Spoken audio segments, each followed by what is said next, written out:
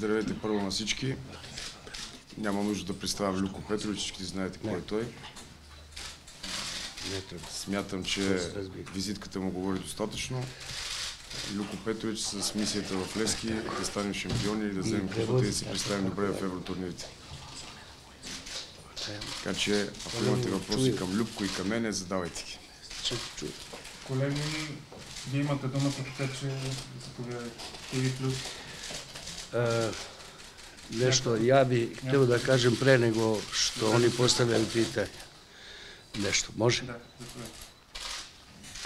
Ја би поздравио све ваш новинаре. Бих искал да поздравя всички журналисти, които са тук в залата. И желio би да добро сараđujemo у наредном периоду.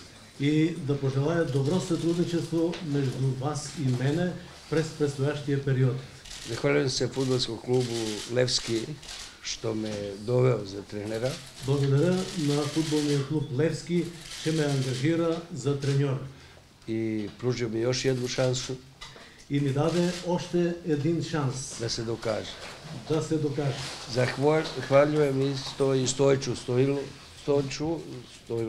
Благодаря и на Stojču Stojev за све што е урадио за Левски у наредном периоду. За всичко кој е работи, кој радио. За всичко което направи за Левски през този период. Левски, ја знам šta представља од први пут кад сам био тренер. Аз знам какво представлява Левски още в първия мой мандат, така да се каже, когато бях треньор на отбора. Тој е клуб са највише навијача у Бугарској. Това е клуб с най-много фенове в цяла България. Тражи успех. Той търси успеха винаги. Не ја, него навијачи. Разбира се, не аз, но феновете. Траже од тренера. А те искат от треньора, всъщност минималното. Да се освајају титуле, да се стално побеđuje. Да се завладяват, да се печелят титли, да се побеждава. Да се добро и доказуемо, играмо у Европи. Добре да се доказваме, да играем в Европа. Тоа е Левски. Това е с една дума Левски. И ја ću максимално да се трудим, да радим. И аз ще се постарая в максимална степен да работя. И да постигнемо те цилjevi. За да постигнем именно тези цели. Да задоволимо све навијачи у целој Бугарској. Да задоволим всички фенове в цяла България на Левски. Професија тренер, ако е ико знае, ја е најболje знам. Ако някой знае какво представлява професията треньор, аз мисля, че най-добре аз познавам тази професия. Фудбалски тренер, да би био у праву, мора да побеđuje. За да бъде прав, футболният треньор трябва да побеждава. То е ту изреку сам чуо и запамтио од мог идола Јохана Кројфа, покојно. Тази мисъл чух и запомних от моя идол Йохан Кройф. Тренер, кад доđe у jedan тим, а треньора, когато дойде в един тим, прихвати тим, одговорност, поеме тима и заедно с това и отговорността. И одговара за тим. И разбира се, отговаря за това. Нема оправдања. Няма никакво оправдание, няма оправдание. Селекција, било шта. В селекцията и в всичко друго. Ако види да нема тим, не треба ни да ga узме да ga тренира. Ако вижда, че няма тим, който според неговите възможности и намерения, няма смисъл да се заема с това да бъде негов треньор. Ми имамо стручни штаб, vrlo mladi, перспективни тренера, кои ќе радат со мной. Имаме твърде млади, перспективни треньори, екип, който ще работи с мене. Топузаков, Бакариев. Това са Топузаков, Бакариев. Тренер вратарев Захариев. Роко Перота, јер тако, кондиционни тренер. Роко Перота, позиционният тренер. Акимов. И Јаков. Кондиционни тренер. Кондиционният Ја тренер. не желим никог да менјам. Не искам да сменям Снима ću никого. da radi. С всички ще работя. Imam poverenja u njih. Имам доверие в тях. I moram da kažem da ću pokušati da, primjera radi, Топузаков, Бакарев, после постану добри тренери. И трябва да кажа, че се постарае, например, Топузаков, Бакарев да станат добри треньори. Да свое знање пренесем на нив. Аз ще се постарая да предам своите знания и умения именно на тях. Само да подсетим, последње 2 години, kad sam bio trener Mariju Stoilov, да напомня само през последните 2 години, когато бях треньор на Стоилов. Он je pisao sve treninge. На Мари Стоилов. Sve pisao treninge. Naveče kad mi iziđemo na kafu, on je u sobu ide i piše. I od toga je već počeo da živi za trenera и фудбал. Вечер, когато, например, пием кафе, той всичко отбелязваше какво се е случило, какво не, какво трябва, така трябва да действа, според мен, истинският тренер. И стварно е успео у тренерскoj кариери, možda je превазишо и мене. И наистина успя в тренерската си категория, може би надмина и мене, признавам се. И за учителя е добро kad ученик bude bolje od njega. А именно това е моята максима. Ученикът трябва да надмине учителя си. Ја сам радио и са Георги Дерманджиев. Работих и с Георги Дерманджиев, кој е исто тако тренер за поштовање. Който е треньор за уважение. Тако ќе покушати са тренерима кои ќе са мном ради ту Левском.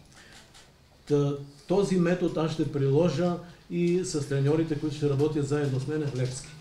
Последните 2 утекмице. Последните 2 мача. Славијом и Берое. С Славија и Берое. Ја ću да почнем припрему за старт у квалификацијама за европско првенство. Аз ще започна подготовката за старт в европейските квалификации. Како знамо, то е рано, 36 и веќе играмо прву утакмицу. Првиот матч, както е известно, е на 30 јуни. И ово ćemo iskoristiti da ja upoznam bolje igrače i da polako se spremamo za prvu квалификационна уtakmicu. И това ще бъде за нас възможност да проверим играчите и да се подготвим за първата среща. Що боле да их опознам. А и също така, това е от голямо значение, да ги опознае колкото е възможно по-добре. То е за сад от мене. От моя страна. А ви, ако имате питания, може... Това е достатъчно, ако имате въпроси. Благодаря, господин Петрович. ТВ Плюс имаше въпрос. Петрович, кое е това нещо, което смятате, че сега може да надградите в този отбор на Левски, който го има като база, за да се представя отбора добре хеда? Що е ono što može se nadograditi? Разбрах. Ja разбирам бугарски, ali hteo sam ovo da imam prevodioca zato što želim da kažem što sam rekao. Исках всичко това да бъде, и разбирам. Да. Мислим да Левски има jednu platformu, jednu osnovu. Мисля, че Левски има солидна платформа, основа. Да има младих играча добри. Има добри млади играчи. Да има база одакле се може кренути. Има база от която може да се тръгне. И мислим да можемо да успеем. И мисля, че можем да успеем. Biće velikog truda, naravno. Разбира се, ще бъде необходимо да положим много труд. Mi ćemo možda na ovaj tim još razgovarali smo dovesti 2-3 igrača. Разговаряхме за това да привлечем още 2-3 футболисти. Kad počnemo sa radom, vidit ćemo još.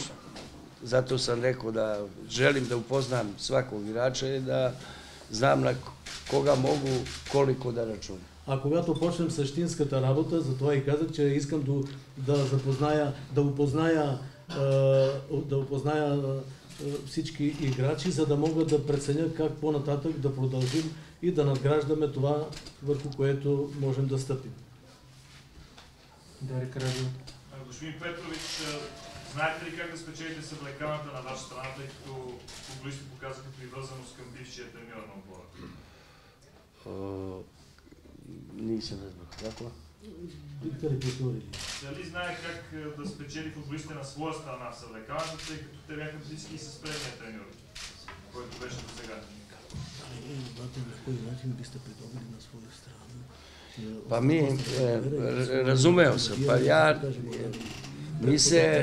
mi se ne vjenčavamo Ние не се венчаваме, da разбира bi се, ja njih privukao.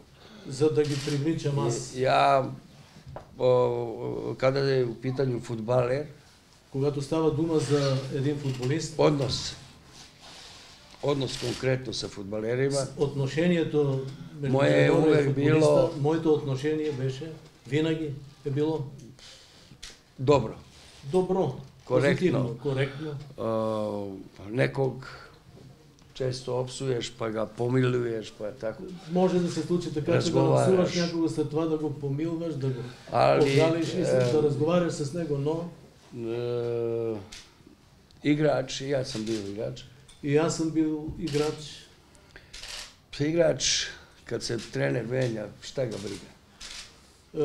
Какво интересува играчите и играча, когато треньора се сменя? Oni to ne prihvataju nešto tragično, ali to je normalno. Според мен това е нормално и футболистите не приемат тази такава смяна за някаква трагедия. Господин Петрович, в началото на сезона на два пъти бяхте начало на Литекс, но за кратко време след това бяхте заменени от други треньори. В този смисъл сега плановете ви с Левски дългосрочни ли са или отново съществува вероятността сценария да се повтори? Koja je ova scenarija kratko vreme. Кратко време, kao što I, ja mislim da to neće da se ponovi Аз мисля, че няма да се повтори това i нещо. da ćemo sarađivati malo duži period, И според мен ще сътрудничим по-дълго време. zato što očekujemo uspeh Затова, защото очаквам успех, i to donosi još godinu produžetka. което разбира се води до още една година продължение на договора. Дарик Радио, въпрос за... Господин Петрович, на няколко пъти казахте, очаквам успех, ще постигнем успех. Какво разбирате вие под успех, защото преди няколко дни разбрахме, че второто място не е успех за Левски? Gospodine Valjo, Господин Ваня, odgovor je sljedeći. U ovoj ligi kojoj je igrao Levski, отговорът е следният. В тази лига, в която играе Левски, drugo mjesto, второто място, jel vi mislite da je to uspeh? смятате За ли, че Левски. това е успех за Левски? Nemam ništa više. Толкова по този въпрос. Петрович, не може да не ви върнем на последния ви матч тук на терена. Da. Какво се случи тогава и как смятате, дали това, което се случи, не повлия по-лошо на Левски, колкото на, да не кажем по-равно, на Левски и на Литекс? Какво се случи тогава?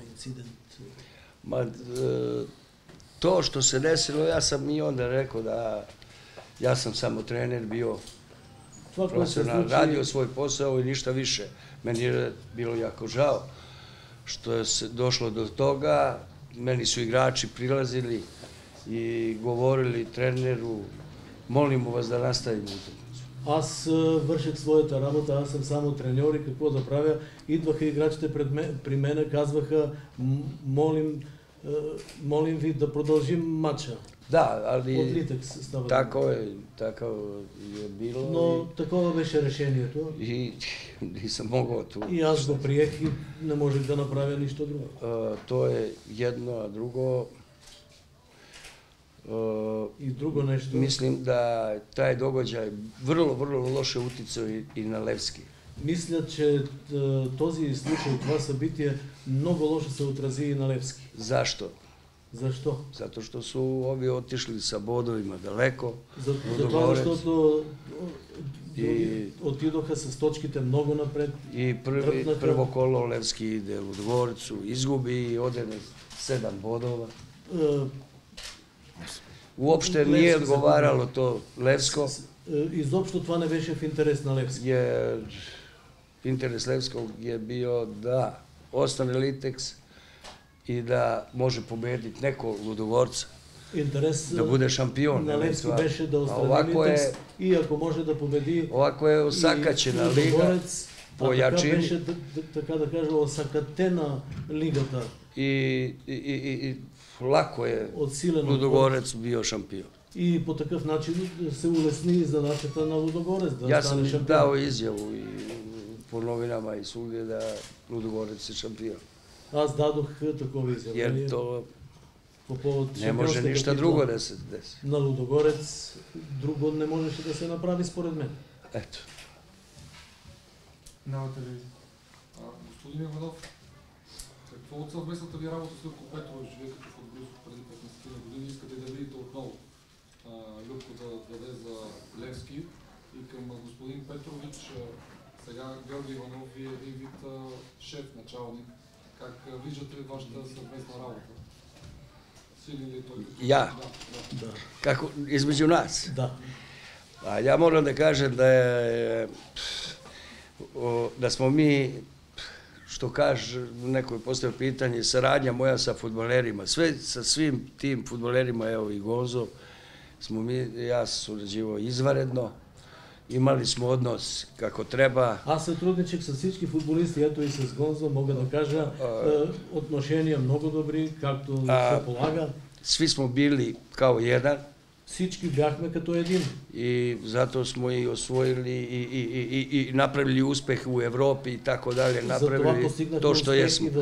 Што се тиче Гонза, станахме това, което сме, а што се отнася до Гонзо, он е био најболи тада играч у Бугарској, центарфор. Тој беше најдобар центар нападател, централен нападател. Ние се ниче плашио. Не се страхуваше от нищо. Сеќам се сад, една утакмица кога сега сме победили победили ЦСКА, каде е дал гол и сав крвав био и тако дале. Беше крвав и така нататък. Мени е драго што ću баш с ним да радим. Радвам се, че ще работя именно с него. И хочу да и njemu помогнем.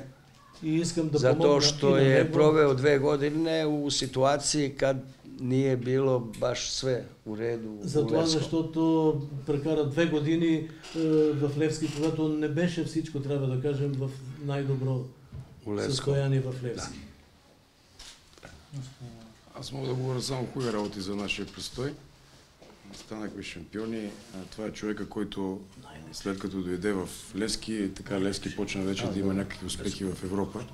Ако си спомняте мачовете с Апоел, с Хайдук, Ювентус, така че той вкара менталитет на победители и особено в Европа.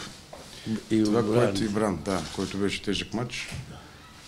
Смятам, че Любко също може да предаде менталитета и това поведение на футболистите да имат менталитет на победители. Смятам, че с опита, който има и с нещата, които може би всичко е виждал в футбола, ще бъде много полезен за нашия клуб. Колеги, ще ви помоля за последни въпроси. Господин Петрович, вие започнате с поздрав и към журналисти и към фенове. Предполагам, че съзнавате, че има част от феновете на Левски, които са важната част, най-важната част от клуба, които вероятно малко са променили мнението си за вас с оглед на последните години присъствието и в българския футбол и не в Левски. Морам, разбрах. Тези фенове, какво бихте казали, за да ги привлекете на своя страна и поне да ви... Па јас сам доста рекол веќе, да ću sve da uradim da станемо шампиони. Ще направя всичко, за да станем шампиони. Да имамо резултат. Да постигнем резултат. То е најболje за njih, jer oni to očekuju. To je jedno. Drugo, защо те очакват? Ja sam profesionalni trener, nisam birao ko će me da uzme. Ja sam radio najbolje i najpoštenije za svaki tim kojim sam radio. Треньор и така съм работил за всеки тим, чието треньор съм бил. у мом животу има два тима која ја Два навише одбора воли, има в моја живот които обичам најмногу. а то чувам за себе. Но това си остава тајна за мене. А остане пазам све за себе си. професионалност. Не бяха ли три? Зар не се била три? Па, два. Два, сепак два. Колеги, другия пръщ има ли спортал и старик приключвам? Аз имам два въпроса. Първия, казахте, че ще гледате двама-трима футболисти. Те българи ли са или чужденци? Тези, които Па, са привлечени? И да. и Još? въпрос и другия. Преди 6 месеца казахте, че Левски няма отбор да се бори за шампионската титла и единствено Живко Миланов може да бъде във вашата селекция в тима от Литекс. 6 месеца по-късно, като смятате, че се е променил, че Левски ще се бори за титлата, както той предвижда. А nisam ja rekao da jedini Živko Milanov igrač. To nije istina. Не съм казал това за Живко Ja sam, Миланов. Това не е mene вярно. je zvao moj, pa nisam rekao da je jedini Živko Не Milanov. съм казал, че е единствен той. Igrač koji može igrati šampionska Е liga. играч, който може да играе в шампионска лига. Ja sam, mene je čak pozvao moj bivši igrač Šapurić sa Kipra От Кипра ме i pitao za Milanov. позвъня моя Шапорит, мой бивш Igrač u Vojvodini, съотборник sad je в tamo Vojvodina. direktor kluba Сега е директор там u Apoel на клуба в i Апоел. pitao da li Milanov može da igra И ме Кod попита njega. Миланов може ли да играе na при него. Kipru. Ja sam rekao kakvom В Кипър. Kipru, Milanov može da igra u Bundesligi. Аз казах какъв Кипър той може да играе в Бундеслигата. A isto tako mislim da ima igrača koji mogu, pa ko bi rekao da ne može da igra, evo ovaj mali, kako se zove, Španac, kako se zove? Bedoja i tako dalje. I Kraje, da to nisu igrači. Кой би казал, че те посочените не са играчи? Nisam ni pomislio. Не съм и помислил такова нещо. Mi ćemo pokušati da dovedemo, radi se možda o konkretno dva igrača stranca, ali dovešćemo mi 2-3 igrača iz Bugarske. Ja tako malo sam ispitao, ima i u Bugarskoj dobri igrača. Значи двама-трима, Да. двама чужденци, но и от България има. И аз проучих нещата, мисля, и можем от България, от тук да привлечем поне трима футболисти нови. Последен въпрос, Дарик Край. Господин Иванов, съгласувахте или обсъдихте ли с управителния съвет това назначение или сам взехте решението, за да не се случи после да има проблеми?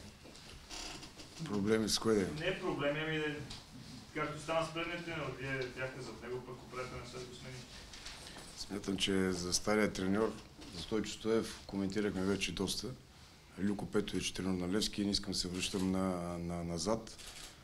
Крайна сметка, каза го и на управителния съвет, че управителният съвет трябва да показва позитивни сигнали към публиката, за да може да има доверие.